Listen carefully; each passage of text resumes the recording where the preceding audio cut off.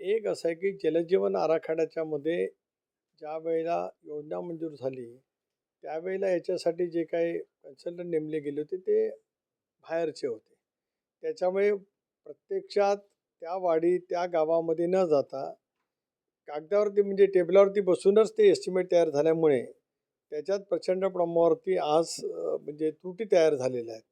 मधल्या कालावधीमध्ये आम्ही सर्वच देशाचे या खात्याचे मंत्री CR पाटील यांना भेटलो, जलशक्ती खात्याचे. त्यांना विनंती केली की तुम्ही निधी द्या. त्यांनी निधी वितरित केला आहे. राज्य सरकारने आता काही प्रमाणामध्ये निधी समजा एखाद्या जिल्ह्याला 100 कोटी लागत असेल तर 35-40 कोटी रुपये का होईना पण उपलब्ध करून दिला आहे. आम्ही मागणी केली भारत सरकारकडे की हर घर नळ से जल याच्यासाठी मधल्या कालावधीमध्ये ग्रामपंचायतीच्या वित्त आयोगातून पैसे खर्च करायचे होते. पण आता आमच्या विनंतीला मान देऊन भारत सरकारने मान्य केलं आहे की हे सगळा निधी घरातल्या कनेक्शनचा सुद्धा या योजनेमध्ये समावेश केला जाईल आणि त्यातली 50% रक्कम राज्य सरकारने देण्याचं राज्य सरकारने मुख्यमंत्री महोदय आणि दोन्ही उपमुख्यमंत्र्यांनी मान्य केलं आहे. त्यामुळे आता या योजनेची पुढची सफलता थोडीशी चांगल्या पद्धतीने अंमलबजावणी झाली तर ती चांगली होऊ शकेल. त्यातल्या त्रुटी समजून घेतल्यात, अधिकाऱ्यांनी सुद्धा दिल्यात, अधिकाऱ्यांचं सुद्धा दुर्लक्ष आहे. या सगळ्या गोष्टी खऱ्यात. सर, या संदर्भात हायकोर्टामध्ये याचिका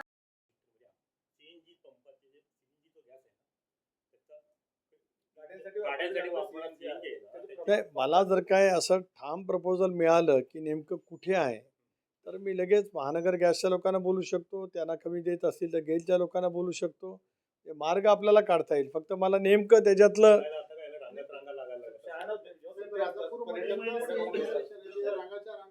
नाही कसं होतं, एक बाब खरी आहे की एकच पेट्रोल पंप असतो ज्याच्यावरती CNGची व्यवस्था असते. त्याच्यामुळे तिथं रांगा लागतात. ती वस्तुस्थिती खरी आहे. मी मागच्या बैठकीमध्ये त्यांना सूचित केलं की अन्य पेट्रोल पंप असतील तर त्यांनाही CNGच्या बाबतीमध्ये द्या. पण ज्या कंपनीचा तो पेट्रोल पंप असेल त्यांच्याकडनं महानगर गॅसला प्रस्ताव यावा लागतो. तर तो समन्वय कसा करायचा तो एक प्रयत्न माझा बाय अँड लार्ज सगळ्यासाठी चालला आहे.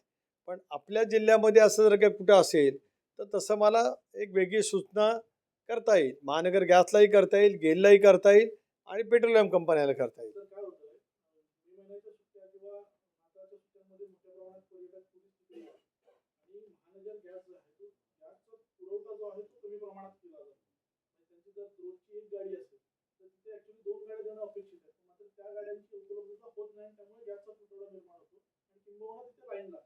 म्हणून दोन भाग आहेत.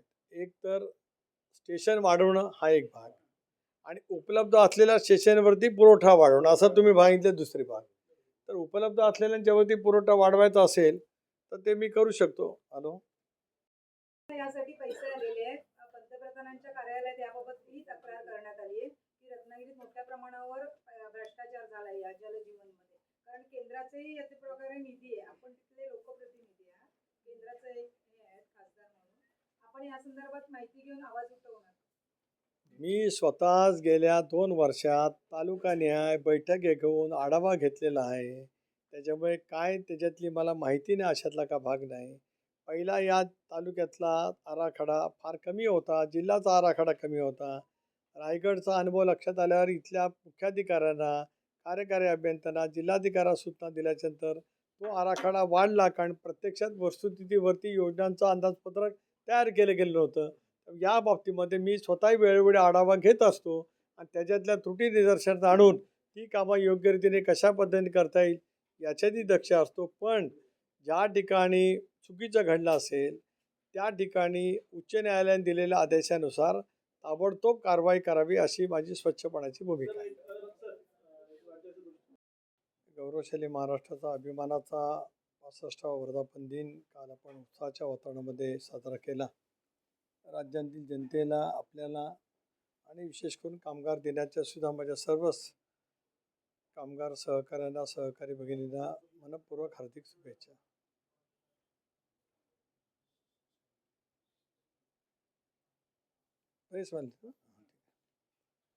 आज रत्नागिरी जिल्हा नियोजन मंडळाची बैठक पालकमंत्री उदय सामंत यांच्या अध्यक्षतेखाली झाली. गेल्या बैठकीचा आढावा घेतला. यावर्षी उपलब्ध असलेला नियतव्यय या संदर्भामध्ये चर्चा केली. प्रामुख्याने 2 मुद्द्यावरती मी प्रकर्षाने मत मांडलं की 4Gचं अत्याधुनिक नेटवर्क खेड्यापाड्यात करण्यासंदर्भात भारत सरकारने गेल्या वर्षी 55,000 कोटी रुपये BSNLला उपलब्ध करून दिलेले होते. प्रत्येक खासदाराने आपापल्या लोकसभा मतदारसंघामध्ये कुठे कुठे BSNLचे टॉवर उभे राहिले तर आपल्या जिल्ह्यामध्ये आपल्या तालुक्यामध्ये सुद्धा महसुली गाव आहे एक 12-13 वाड्या असतात. मध्यवर्ती ठिकाणी सर्वे करत तशापैकी टॉवर्स उभे करण्याच्या सूचना दिल्या होत्या. आज आम्ही आढावा घेतला. काही प्रमाणामध्ये काम झालं आहे, काही प्रमाणामध्ये त्रुटी आहे. त्याच्यामुळे BSNLच्या अधिकाऱ्यांनी पुढच्या 15 दिवसामध्ये ठिकठिकाणी जाऊन प्रांताधिकाऱ्यांनी सुद्धा त्यांच्या समेत संयुक्त पाहणी करावी आणि ज्या ठिकाणी जागा नसेल तिथं जागा उपलब्ध करून द्यावी. काही ठिकाणी जागा उपलब्ध झाल्या आहेत पण काम सुरू करण्यात अडचणी आहेत. काही ठिकाणी टॉवर उभे राहिलेत पण ते कमिशन झाले नाहीत कारण इलेक्ट्रिक कनेक्शन नाही. तर MSEBच्या अधिकाऱ्यांनासुद्धा आम्ही सूचना दिल्या की कुठल्याही परिस्थितीत रत्नागिरी जिल्ह्यातील हे काम मे महिन्याच्या आत उशिरात उशिरा जून पहिल्या आठवड्यापर्यंत पूर्ण झालं पाहिजे. दुसरी एक विनंती पालकमंत्र्यांनी केली की रत्नागिरीसारखं रेल्वे स्टेशन आहे की ज्या रेल्वे स्टेशनला खूप चांगल्या सुविधा जे बाहेर अंतर्गत बाह्य ते सगळे MIDCनी किंवा सार्वजनिक बांधकाम खात्याने त्यांच्या पुढाकारातून झालं आहे. परंतु रेल्वे स्टेशन आणि या सगळ्या गोष्टीचं मेंटेनन्स करण्याच्या बाबतीमध्ये कोकण रेल्वे अपुरी पडते. मी आश्वस्त केले की 20 तारखेनंतर कोकण रेल्वेचे चेअरमनला मी घेऊन येईन आणि त्यांच्या समेत रत्नागिरी पलीकडे चिपळूण आहे, खेडी आहे, या बाजूला लांजाच्या राजापूरला आहेत. या संबंध जिल्ह्यातील रेल्वे स्थानकाची पाहणी करत त्या संदर्भातली सुद्धा काही त्रुटी असतील तर कोकण रेल्वेच्या CMDना त्यावेळेला मी सांगेन. भारत सरकारकडे मधल्या कालावधीमध्ये लोकसभेमध्ये मी मागणी करत होतो कारण कोकण रेल्वेकडे पैसा नसल्यामुळे या संबंध रेल्वे मार्गाच्या वरती अनेक सुविधाची अपूर्णता राहते. म्हणून कोकण रेल्वेचं भारतीय रेल्वेमध्ये विलिनीकरण करावं. त्या विलिनीकरणाला भारत सरकारने मान्यता दिली. तर त्याच्या अनुषंगाने आमच्या या सगळ्या परिसरात आणखीन काय काय बाबतीमध्ये लागू शकते त्याची माहिती संकलित केली. तर राणेसुद्धा ऑनलाईन बैठकीला होते.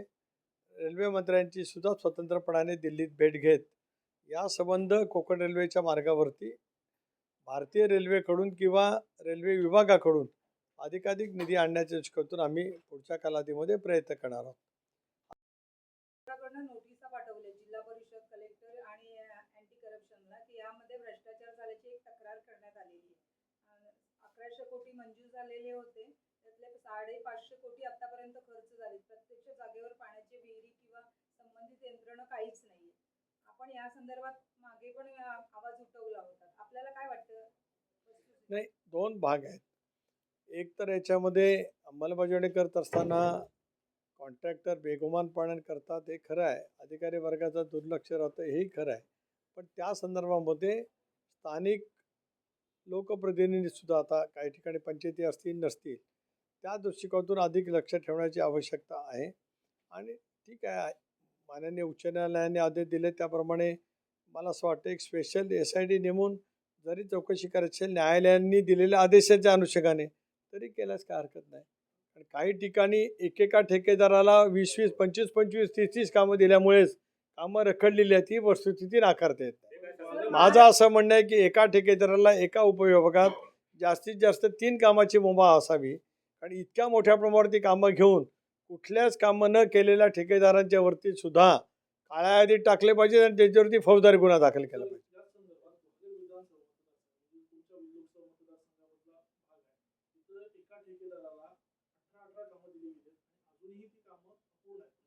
काही ठिकाणी टाक्या अर्धवट बांधल्यात मात्र त्या टाक्याचं पूर्ण बिल काढण्यात आलं.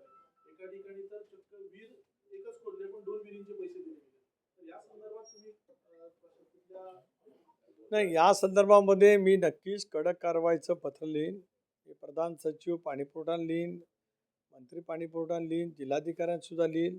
आणि विशेष करून माझ्या लोकसभा मतदारसंघापुरतं सीमित का होईना पण या सगळ्याचा अद्ययावत माहिती तर मागितली जाईलच. पण आपण सांगता त्याप्रमाणे काम अर्धवट ठेवून पूर्ण निधी घेतला गेला असेल म्हणजे बिल, तर 100% त्यांच्यावरती गुन्हा दाखल करण्याचं मी लिहिल. ते काय वाटतं तुम्ही लाडक्या बहिणीचे पैसे जे आहेत ते खात्यामध्ये जमा झालेले नाही आदितीताई मंत्री आहे तर आपल्याकडे अर्धवट माहिती आहे. मार्चपर्यंत पैसे जमा झाले. म्हणजे 1 महिना, आता आज तर महिना संपतो ना. म्हणजे आपण लक्षात घेतलं पाहिजे, की आपण असं वाक्य बोललात, की जणू काही जानेवारीपासून दिले गेले नाहीत, असं नाही. आपण एक बघा, नियमितपणाने योजना सुरू आहे. राज्य सरकारने नियमित उपलब्ध, एकतर माझा विषय नाही. मुलगी बघते तर तिच्या मंत्रालयातल्या ऑफिसमध्ये मी सुद्धा गेलेलो नाही अजून. मी जातही नाही. पण तरीसुद्धा राज्य सरकारची एक अत्यंत महत्त्वाकांक्षी योजना आहे. त्याची अंमलबजावणी मुख्यमंत्र्यांच्या, दोन्ही उपमुख्यमंत्र्यांच्या नेतृत्वाखाली त्या खात्याचे मंत्री योग्य रीतीने करतायत. आणि मला असं वाटतं, की पुढच्या 2-4 दिवसामध्ये माझ्यापेक्षा त्याच अधिक जास्ती सांगू शकतील. मला त्या बाबतीमध्ये माहिती नाही, की निधी कधी वितरित होणार आहे. पण यामध्ये विलंब झाला नाही, एवढं मात्र मी सांगू शकतो. सर, आपण कोकण बाहेरून चालले, पण अंतर्गत ऍक्सिलेटर आहे तो एकाच ह्याला आहे, दुसऱ्या भागात नाहीये. आणि जेव्हा सामान घेऊन ज्येष्ठ नागरिक वर जातात, एक तर लिफ्ट खूप लांब आहे स्टेशन पासून, तो सामान घेऊन जाण्याचा जो प्रकार आहे त्या संदर्भात आपण काही सुधारणा करण्याची मी मगाशीच आपल्याला सांगितलं, स्वतःहून सांगितलं, की मे महिन्याच्या आत कोकण रेल्वेच्या CMDला घेऊन मी इथे येणार. त्यावेळेला पालकमंत्री, आमदारांना सुद्धा विनंती करणार, की त्यांनी उपस्थित राहावं. प्रवासी संघटना असतील तर त्यांनाही उपस्थित राहण्याची विनंती करेन. ज्या त्रुटी असतील त्या त्रुटी एकदाच लक्षामध्ये घेऊन त्याच्या उपाययोजना करण्याचं अंदाजपत्रक लवकर तयार करण्याचं त्यांना सूचित करण्यात येईल. तोपर्यंत भारतीय रेल्वेमध्ये कोकण रेल्वे विलिनीकरण होईलच. त्यावेळेला भारत सरकारच्या भारतीय रेल्वेकडून आणि रेल्वे विभागाकडनं निधी उपलब्ध करून दिला जाईल. तरी आजही जिल्ह्यात मोठ्या प्रमाणावर टँकर मागवले जातात. आपण लोकप्रतिनिधी आहेत, रत्नागिरी जिल्ह्यात टँकरचा वापर मोठ्या प्रमाणावर होत नाही. चेरापुंजीनंतर फक्त रत्नागिरीला भरपूर पाऊस पडतो असं नाही, तर पाऊस सर्वात जास्ती भिरायला पडतो. मी जिथं राहतो तिथे. त्याच्यामुळे आमच्या सगळ्याकडचीच कोकणातली परिस्थिती आहे. त्याच्यामुळे गमतीचा भाग सोडा. यावेळेला गेल्या वर्षी 105% पर्जन्यमान झालं.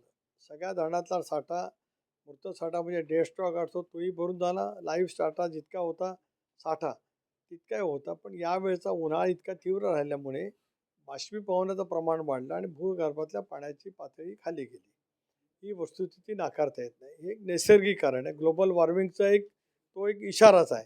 पण तरीसुद्धा आज आम्ही ठरवलेल्या मंत्रिमंडळाने ठरवलं आहे सरकारने, की ज्या ठिकाणी टँकरची आवश्यकता असेल आणि ग्रामपंचायतीने टँकरची मागणी केली, तर ते आता अधिकार तहसीलदार, गटविकास अधिकारी यांना दिले असल्यामुळे 24 तासाच्या टँकर त्या ठिकाणी उपलब्ध झाले पाहिजेत. आता ही जी योजना जलजीवनचा आपण जो मगाशी मुद्दा अत्यंत गांभीर्याने माझ्या सर्व पत्रकार मित्रांनी मांडला, या पुढच्या कालावधीमध्ये त्या योजना आता निकषाप्रमाणे आणि व्यवस्थितरित्या जर काय पूर्ण करून घेतल्या तर बऱ्यापैकी ते काम किमान पुढच्या वर्षी तरी त्याचे दोष निवारण करण्यामध्ये आपल्याला यश मिळेल. सर, याला अधिकारी जिल्हा परिषदेचे पण जबाबदार आहेत. प्रत्यक्ष इथे एसीत बसतात.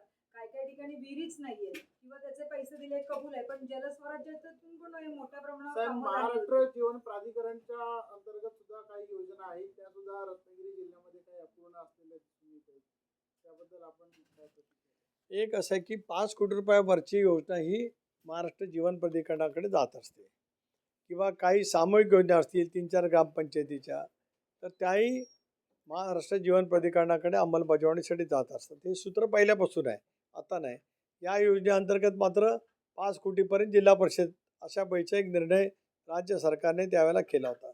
आणि त्याच्यामुळे जे दोष आज जिल्हा परिषदच्या मार्फत करणाऱ्या कामाच्या मध्ये आहेत, जवळपास तशाच पैकी तक्रारी जीवन प्राधिकरणाच्या मार्फत होत असलेल्या कामांच्या बाबतीमध्ये सुद्धा आहे. त्यामुळे मी या बाबतीमध्ये पाणीपुरवठा मंत्र्यांचं लक्ष वेधेन आणि त्यांच्या यंत्रणेच्या मार्फत महाराष्ट्र जीवन प्राधिकरण थेटपणाने तो विभाग मंत्री महोदयांच्याकडे येतो. हे जिल्हा परिषद म्हणजे थोडा ग्रामविकाससुद्धा त्या ठिकाणी राहू शकतं. गुलाबराव पाटील एक दक्ष मंत्री आहेत, त्यांच्याकडे या बाबतीतली तक्रार केली जाईल.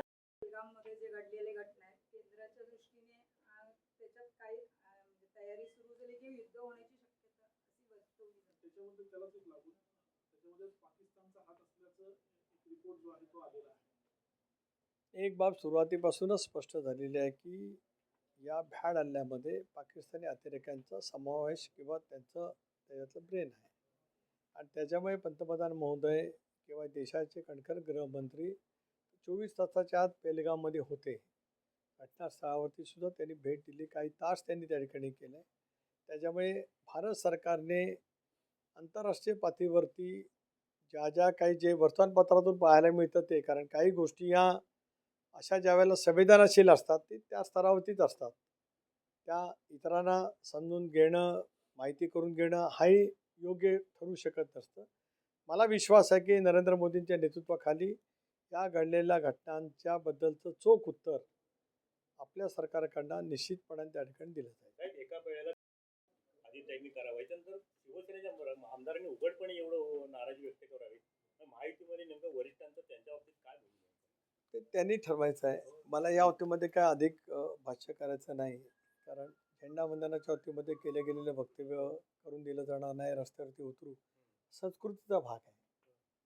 त्यामुळे जिथे जिथे जिथे जिथे मी काय सांगावं, आता कुणी काय बोलावं हे मला काय सांगण्याचा अधिकार आहे, झेंडावंदनाविषयी तो शेवटी तुम्ही नोंद घ्यायची आहे.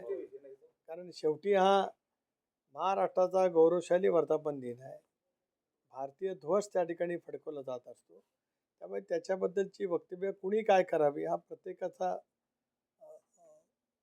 स्वातंत्र्याचा, अभिव्यक्ती स्वातंत्र्याचा, अधिकाराचा वापर करत कोण काय बोलत असतील तर त्यांच्याकडे त्यांना लखला भाऊ. पक्षाकडनं अपेक्षित होतं, महायुतीतल्या मित्र पक्षांकडनं ही भूमिका घेणं कितपत योग्य? या संवेदनाशील म्हणजे रायगडचा असल्यामुळे मी या विषयावरती काय वक्तव्य करू इच्छित नाही. पालकमंत्रीपदाचं काय होईल? मुख्यमंत्री, 2 उपमुख्यमंत्री यांना माहिती. सर, आपण लवकरच सर, आपण लवकरच केंद्रात तिला सुटेल असं सांगितलं जाते. लवकरच तिला सुटेल असं सांगितलं मग सोडवा लवकर. सर, आपण केंद्रात आहात. मुंबई, गोवा सर, कर्जमाफीची आश्वासनं कुठली दिलेली नव्हती. तुमचं हे आश्वासन कोणी दिलं? तर तुम्ही दादा आज कुठेतरी कोल्हापूर जिल्ह्याच्या दौऱ्यावरती आहेत. त्यांचं वक्तव्य मी काय ऐकलेलं नाही. माझी त्यांची संध्याकाळी भेट होईल, त्याला मी माहिती घेईन. कर्जमाफी संदर्भात काय अपेक्षित आहे? नाही, कर्जमाफीच्या बाबतीमध्ये संयुक्त जाहीरनाम्यामध्ये आम्ही घोषित केलेलं होतं की शेतकऱ्यांची कर्जमाफी आम्हाला सरकार दिल्याच्यानंतर होईल. जाहीरनाम्यामध्ये अनेक बाबी असतात, त्याच्यातल्या बऱ्याचशा बाबी आज हे सरकारने पुन्हा एकदा प्रचंड बहुमताने राज्यामध्ये कारभार सुरू केल्याच्यानंतर देवेंद्रजी असतील, अजितदादा, एकनाथराव यांच्या नेतृत्वाखालच्या सरकारने ते सुरू केलेलं आहे. राज्यात प्रचंड प्रमाणावरती पायाभूत सुविधा निर्माण करण्याचं, जाळं निर्माण करण्याचे सुद्धा अनेक प्रकल्प महत्त्वाकांक्षी सुरू होत आहेत. काही पाईपलाईनमध्ये ते सुरू होतील.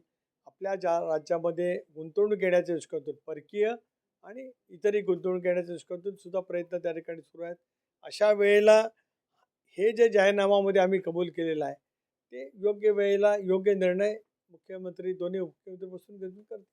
संजय राऊत म्हणतात की दुर्दैवाने करण्याच्या बाबतीमध्ये काही प्रावधान नाही.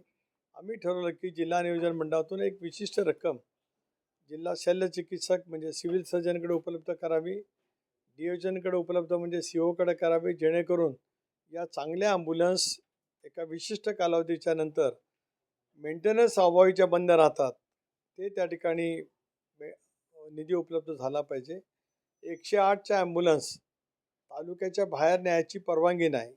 आज आम्ही ब्लँकेट ठराव केला आणि कलेक्टरना पत्र लिहायला लावले की 108च्या ॲम्ब्युलन्स विशेष करून मंडणगड जिल्हा आहे किंवा खेड आहे, इथे एखाद्या रुग्णाला अत्यवस्थ झाल्याच्यानंतर पुढील उपचार करायचा असेल तर मग नवी मुंबई किंवा मुंबईला न्यावं लागतं. 108ची ॲम्ब्युलन्स नकार देते किंवा होकार देते, म्हणजे ते पुण्याला कळवणार, पुण्यावरनं सिव्हिल सर्जनला विचारणार. आज आम्ही सांगितलं की सिव्हिल सर्जननी ब्लँकेट देऊन टाकावं की ज्या वेळेला मेडिकल ॲडवाईसनुसार रुग्णाची स्थिती स्थलांतरित करण्याची असेल तर कुठलाही वेळ न दवडता 108ची ॲम्ब्युलन्सची सुविधा जिल्हाबाहेरसुद्धा तत्काळ रुग्णाला उपलब्ध करण्याच्या दृष्टीकोनातून आज आम्ही निर्णय त्या ठिकाणी घेतला. अजूनही बैठक त्या ठिकाणी सुरू आहे. पण आपल्या जिल्ह्यामध्ये विशेष करून पंतप्रधान PMEGP एम्प्लॉयमेंट गॅरंटी प्रोग्राम आणि CMEGP याच्या अंतर्गत MSME अंतर्गत महिलांच्यासाठी 1 कोटी रुपयापर्यंत कर्ज, 33% त्याच्यातली सबसिडी, त्याची अंमलबजावणी झाली, परंतु प्रत्यक्षात अजून कर्ज वितरण झालं नाही. ती शीघ्र गतीने व्हावी आणि येणाऱ्या औद्योगिकरणामध्ये सुद्धा अशा वेगवेगळ्या पद्धतीचे नकळत म्हणजे थेट एम्प्लॉयमेंट असते आणि इनडायरेक्ट असते. हा एक इनडायरेक्ट एम्प्लॉयमेंटचा भाग आहे. त्याच्यामध्ये ह्या MSCB अंतर्गत महिलांना आपल्या कोकणामध्ये खूप वेगवेगळ्या पद्धतीचे फलोद्यानपूरक व्यवसाय आहेत, अन्न प्रक्रिया पूरक व्यवसाय आहेत. त्याच्यामुळे अधिकाधिक प्रस्ताव देण्याच्यासाठी आज सूचना केल्यात की तालुकानिहाय अशा पद्धतीची महिला बचत गटांची, महिला संस्थांची बैठक आयोजित कराव्यात. या योजनांची माहिती राष्ट्रीयकृत बँकांचे प्रतिनिधी, जिल्हा महाव्यवस्थापक, उद्योग यांनी सोबत फिरावं आणि मग अशा पैसे अर्ज त्या ठिकाणी परिपूर्ण करून घ्यावेत आणि त्याला तत्काळ मान्यता देण्याची सुद्धा त्या ठिकाणी प्रयत्न करावेत. अशा आजच्या बैठकीतल्या सूचना होत्या. माझ्याही दृष्टिकोनातून ते महत्त्वाचा बाब होतं. मी हेही सांगितलं की आज मी पेट्रोलियम आणि नॅचरल गॅस स्टँडिंग कमिटीचा चेअरमन आहे. आता रत्नागिरीचं जिल्हा रुग्णालय आपलं आहे. त्यानंतर माझ्या लोकसभा मतदारसंघात मंडणगड, दापोली, खेड, गुहागर 4 ग्रामीण रुग्णालय येतात. चिपळूणचा असेल, उद्या राजापूरचा असेल, या ठिकाणी सुद्धा आरोग्यविषयक अत्याधुनिक एखादी मशिनरी आवश्यक असेल तर ती CSR मधून उपलब्ध मी करून देणार आहे. फक्त ती मशिनरी आणल्याच्या नंतर त्याच्यातले तंत्रज्ञ ज्या लागतील, ज्याला आपण टेक्निशियन म्हणतो, किंवा डॉक्टर जे लागतील त्याची एकतर आउटसोर्सिंगच्या द्वारा किंवा उपलब्ध असलेल्या व्यवस्थेमधून ती सेवा त्या ठिकाणी जर काही मिळाली तर तशापैकी अत्याधुनिक जी काय मशिनरी लागेल आपल्या वेगवेगळ्या रुग्णालयांमध्ये ती सुद्धा मी स्वतः प्रयत्न करून ही आपल्यासाठी उपलब्ध करून देणार आहे. त्या बैठकीच्या पाठीमागे विषय होतो. त्या काँग्रेसने आपल्या हँडलमधनं जे देशाच्या पंतप्रधानांच्या संदर्भात जे काही प्रसिद्ध फोटो प्रसिद्धी केला आणि काँग्रेस विरोधात भूमिका घेते, काय वाटतं आपल्याला? काँग्रेसच्या या प्रवृत्तीचा मी तीव्र शब्दामध्ये निषेध करतो. काँग्रेसने अशा पैकी विकृत मानसिकता दाखवणं हे विकृत मानसिकतेचं धोरण द्योतक आहे. देशाचे पंतप्रधान आहेत. सलग तीन वेळा या देशामध्ये पंडित जवाहरलाल नेहरूच्या नंतर कोणी पंतप्रधान राहिलं नाही. इंदिराजी 3 वेळा राहिलं पण सलग नाही राहिलं. देशातल्या जनतेने प्रचंड प्रमाणाचा विश्वास मोदी साहेबांच्या नेतृत्वावरती व्यक्त केलेला आहे. म्हणून हे अत्यंत तीव्र निषेधार्थ आहे. आणि विशेष करून राजकीय मतभेद असू शकतात, पण या देशाचे पंतप्रधान आज जगाच्या पाठीवरच्या एकंदरीत परकीय धोरणामध्ये सुद्धा पंतप्रधानांनी गेल्या अनेक वर्षामध्ये बजावलेली भूमिका अत्यंत उल्लेखनीय आहे. अशा वेळेला विकृत मनोवृत्तीचं जे काही दर्शन काँग्रेसने केलं ते अत्यंत निंदनीय आहे. आणि दुसरी बाब अशी की ज्या वेळेला अशा पैचे प्रसंग होतात, यापूर्वी होत आले, त्याला देश एकसंघपणाने सरकारच्या मागे उभं राहिला. या घटनेच्या नंतर सुद्धा उद्या त्याच पैचं चोख उत्तर देण्याचा प्रयत्न भारत सरकार करेल.